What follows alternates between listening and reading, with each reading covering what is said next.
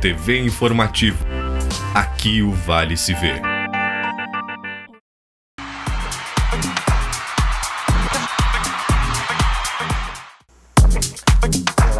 Lembra daquela possibilidade de dar Grenal na Copa do Brasil na semifinal? Esquece! Nem Grêmio, nem Internacional. Os dois conseguiram cair na Copa do Brasil, só resta o Campeonato Brasileiro. E no fim de semana a LAF tem que ganhar do São José pela Liga Nacional para continuar na Liga e continuar disputando entre os 8 melhores do futsal nacional. É agora, no Papo de Boleiro.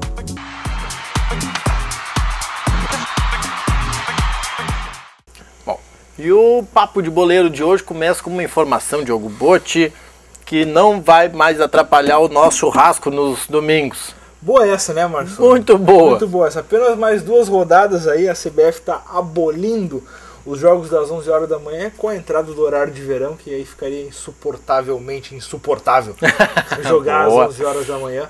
No domingo, então, apenas mais 2 rodadas aí terão a continuidade da competição com rodadas com jogos às 11 horas. Então, depois disso, está cancelado. A CBF até estuda horários alternativos, mas ainda esses novas datas e novos horários não foram divulgados ainda. Sim. Talvez a gente tenha aquele joguinho bom das 7h34, nesse sentido assim, né? Ou 5 da tarde, sei lá, alguma coisa vai acontecer aí.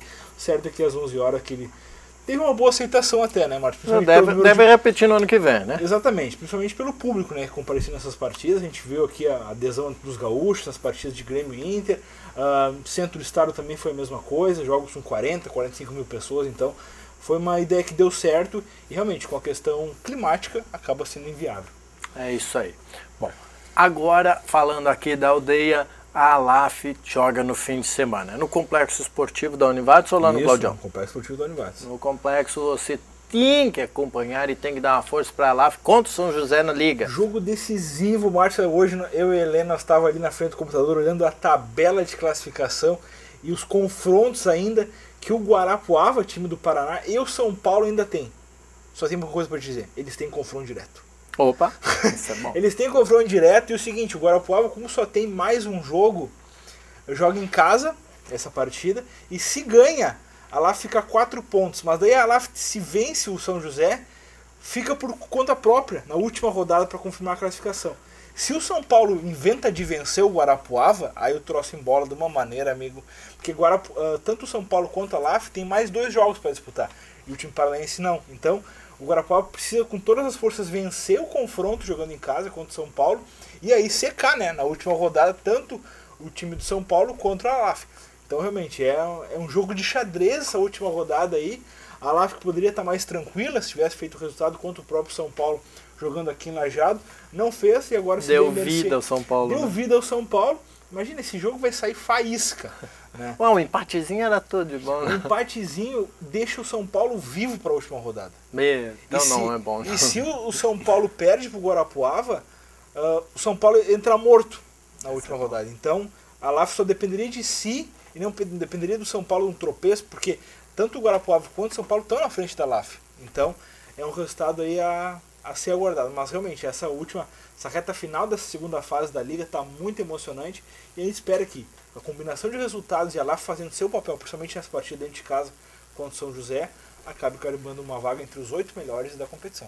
E a gente insiste que a tua presença é importante, torcedor, muito. Porque o último jogo vai ser fora, então tem que garantir os 3 pontos aí, e o último jogo vai ser fora e não é com café pequeno, jogo. Não, é contra o Corona buscando a liderança do grupo. O Corona já classificado, mas ainda tem a questão de critério de desempate para quem sabe buscar liderança e tentar enfrentar uma equipe teoricamente mais fraca na sequência da competição. Esse jogo de sábado, que hora é aqui? Que hora jogo de sábado aqui 19h15. 19h15, 7h15. Um bom horário para você assistir. Depois ainda dá para voltar para casa, fazer jantinho e tal, curtir jantinho pela rua, né? Exatamente. Na verdade tinha questão, ainda que a gente falou do sábado, Márcio, mas talvez exista a questão de regulamento ali que o jogo possa a segunda-feira, então não funciona a televisão.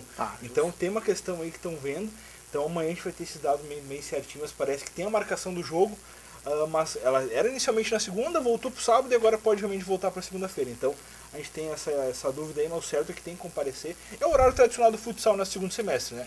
Segunda-feira, tu vai lá no Complexo do Univates Via Laf.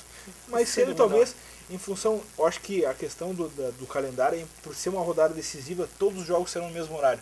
Então isso que talvez esteja dizendo, e por o jogo da LAF ser um jogo decisivo também, talvez então todo mundo encaminhado na segunda-feira às 19h15. Muito bem. Ontem nós já falamos do resultado do Lajadense. O Lajadense encaminhou a classificação, está na final da Copa Luiz Fernando Costa, que ele, aliás, é o atual campeão, ano passado Copa Fernandão. Exato. E a dificuldade é o adversário, né, Diogo? É o adversário. Que também não é café pequeno, é do interior do Rio Grande do Sul, já, né, tá meio mortinho ultimamente, mas é um time chato pra caramba. Exato, o Pelotas que já venceu o próprio Lajadense, fez 3-0 natural. O Lajadense, claro, foi com o time B, jogar na boca do lobo, mas o Pelotas atropelou, foi dominante o tempo inteiro da partida. A questão é que até a gente falando com colegas da imprensa lá de Pelotas, existe uma ideia muito fixa de tu ter os dois times do ano que vem em competições nacionais. O Brasil de Pelotas muito bem na Série C, querendo uma vaga até porque não na Série B, enfrenta o Fortaleza, a disputa começa no dia 10, com 2 jogos pelas quartas aí da Série C, e aí então o pessoal falando com Pelotas na Copa do Brasil. Então realmente, os times de Pelotas fazia muitos anos que tu não tinha os dois em ascensão. E realmente é o caminho mais curto para buscar uma vaga na Copa do Brasil, porque se tu tentar o vice do Gauchão é mais complicado, né? Eita lá, então, longo. O Lajadense está aí, o Pelotas também querendo essa vaga. O Lajadense para ir terceiro ano seguido, né? 2 vezes com o Bragantino, porque o ano que vem vai ser o Bragantino. Sócio, também, né? Só o Bragantino. Mas da próxima eles vão perder, né? Já foi melhorando, né? A primeira foi ruim, a segunda mais ou menos. O saldo tá indo, né? É. E o Pelotas busca essa vaga aí para tentar voltar a uma competição nacional depois de bastante tempo. Bom, e falar em competição nacional, hein? Nós falamos na possibilidade de um inédito Grenal na semifinal da Copa do Brasil e quem sabe aí seria a possibilidade de título nacional para um dos integrantes da dupla. Os dois não poderia ser porque um ia aniquilar o outro na semifinal. Não é que não deu nada certo? Não deu nada, né, mano? Que noite, hein? O Internacional que teve aquele empatezinho ruim do início, né? O empate ruim, o empate bom. Exatamente, né? Primeira rodada. Teve um empate ruim. Foi o que teve mais perto da vaga, na verdade. Pois é, o Inter teve classificado por 1 minuto e 30. Né? Jogo complicado contra o Palmeiras no Allianz Parque. O time do Palmeiras chegou a abrir 2-0. Um jogo muito discutido pela arbitragem. Aí. O Argel está até citado na súmula do árbitro após a partida, com algumas declarações. Certo que o Inter... Também teve um momento, desculpe cortar, mas teve um momento que o Argel fazia assim com as mãos. Já acabou o jogo, né? Depois disso que ele tá pitando. Um pênalti, né? Exatamente. E é um pênalti bastante questionável. O Inter, se era para marcar alguma coisa que fosse fora da área, onde começou o lance, né? Não dentro da área, um desequilíbrio dos dois jogadores, né? Tanto do Alex quanto do Lucas, que acabam caindo. Mas o certo é que realmente esse jogo teve 3 dúvidas de arbitragem, 3 lances questionáveis. A questão do pênalti, a questão ainda no primeiro tempo, quando o jogo estava 2-0 já, uma entrada do Amaral criminosa em cima do Alex, que era para vermelho direto, e o Amaral saiu gemado do Allianz Parque. E o lance do gol do Inter, que realmente o Rodrigo Dourado está adiantado quando ele desvia a bola para o Lisandro Lopes fazer o segundo gol. Então, são 3 lances discutidos, lances de erro da arbitragem, que poderiam ter mudado aí todo o esquema da partida. No momento que tu tem não marcação no pênalti, o Palmeiras tem 1-0, talvez o Inter buscasse um empate no final, não sei.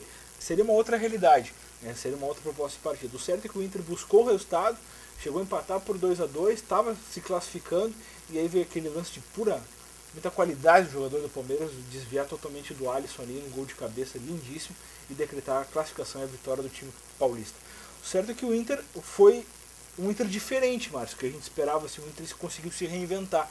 Eu acho que o Anderson finalmente estreou, marcando gols, dando assistência, jogador de muita movimentação. Foi um pedacinho daquele Anderson que a torcida espera, né? Talvez esteja se reerguendo um jogador aí que estava questionado, que estava esquecido no Beira-Rio. Talvez esteja o armador aí com a saída do Alessandro iminente do ano que vem. Talvez o Anderson já dentro do grupo aí possa assumir essa vaga com responsabilidade, com a qualidade que todos nós sabemos que ele tem. Então realmente o Inter... o Alisson confirmando o bom momento. O Alisson confirmando bom Quer dizer, tomou 3, mas ainda enfim, mas não foi pênalti. Os gols, né? De repente, 2 lances de cabeça e uma questão do pênalti, né? O de cabeça é mais falha da defesa do que erro do Alisson. Né? O terceiro gol podia botar 3 goleiros ali, né? Construiu uma paredinha, não dá. Nossa, foi muito, muito feliz no arremate. Então o Inter realmente conseguiu. Foi um Inter mais intenso, dominou totalmente o segundo tempo, fez os seus gols e realmente a vaga escapou entre os dedos aí. Eu acho que coloca na conta da arbitragem aí a questão, porque poderia ter sido um jogo diferente se não fosse tantos erros, tanto para um lado quanto para o outro. E não deu nem para Colorado secar gremista e nem gremista secar Colorado, porque o jogo foi no mesmo horário, às 10 da noite, só que aí, aqui em Porto Alegre jogaram Grêmio e Fluminense. O Fluminense sem o Ronaldinho e o Fred se soltando. É isso aí, o Fluminense, todo aquele temor, vamos dizer assim, que nós tínhamos que o Fluminense pudesse se encontrar, acabou acontecendo aí sem o Ronaldinho, foi um outro time, um time com mais anos. A gente acompanhou de perto o Inter, então o Grêmio a gente sabe dos lances assim que a gente acabou vendo, né? Foi um time mais intenso, principalmente defensivamente, onde bloqueou as principais jogadas do Grêmio, tanto com o Luan quanto o Juliano, que pouco produziram ofensivamente para a equipe. O Grêmio que chegou a buscar o empate com o Bobô, e aí quando todo mundo esperava aquele abafa, porque eram 29 minutos apenas, o Grêmio tinha tempo para começar a buscar... 45 mil pessoas dando Exatamente, suporte. Era uma pressão gigante para cima do Fluminense. O Grêmio construiu o seu gol, e aí quando tinha tudo para buscar a reação, lembrou o Inter contra o Tigres no Beira-Rio com um jogador a mais. O Grêmio não conseguiu, teve apenas duas conclusões, uma cobrança de escanteio do Eraso, uma bola do Luan. O Grêmio não conseguiu se impor jogando dentro de casa, isso que faltou. Faltou a finalização, faltou o homem que decide, faltou talvez um pouco de experiência pro Grêmio nesse momento aí que estava... iniciou a partida, de repente, com um certo favoritismo, em virtude do resultado do primeiro jogo, acabou sofrendo gol, meio que se assustou um pouco, conseguiu buscar um empate na etapa final, mas aí na hora de mostrar força, acabou sucumbindo dentro de casa. Resumindo o ano, os gremistas não almejam mais nada a não ser de comemorar o fato de que estão na Libertadores da América no próximo ano. Essa vaga logo na Libertadores aí, o Grêmio que ainda sonha com o título, mas está bem distante, faltam 9 pontos para o Corinthians, né? A gente tem poucas rodadas ainda a disputar.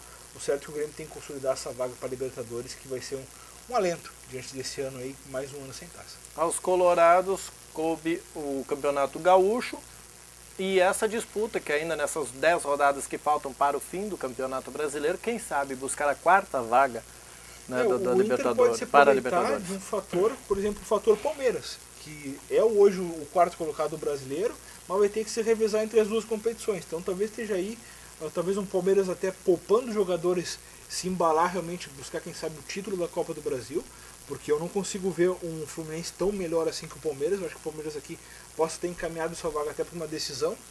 Então vamos esperar para ver o que vai. O Inter precisa realmente, talvez apostar nesse fator do Anderson, nessa recuperação do jogador, que marcou seu primeiro gol finalmente. Quem sabe possa ser uma reta final agora de ano, quem sabe um novo jogador aí para dar um up a mais. Normalmente tantas lesões, tanto desgaste físico dos jogadores do Inter, quem sabe não dá para esperar um G4 aí, só tá 4 pontos, né? Como alento, o Palmeiras, o São Paulo e o Santos, que são outros que podem incomodar o Internacional nessa busca de vaga, né? O Santos que decide final hoje, 21 horas, contra o Figueirense, lembrando que venceu a primeira partida fora de casa, lá em Santa Catarina por 1-0, e joga pelo empate na Vila Belmiro para avançar contra o próprio São Paulo na outra semifinal.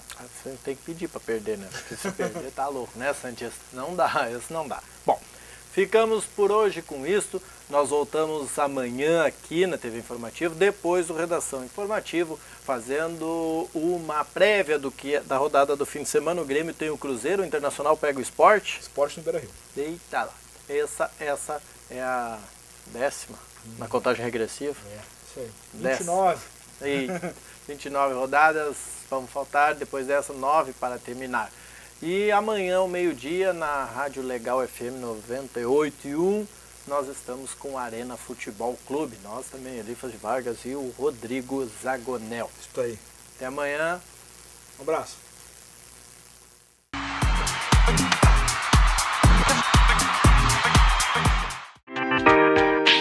TV Informativo. Aqui o Vale se vê.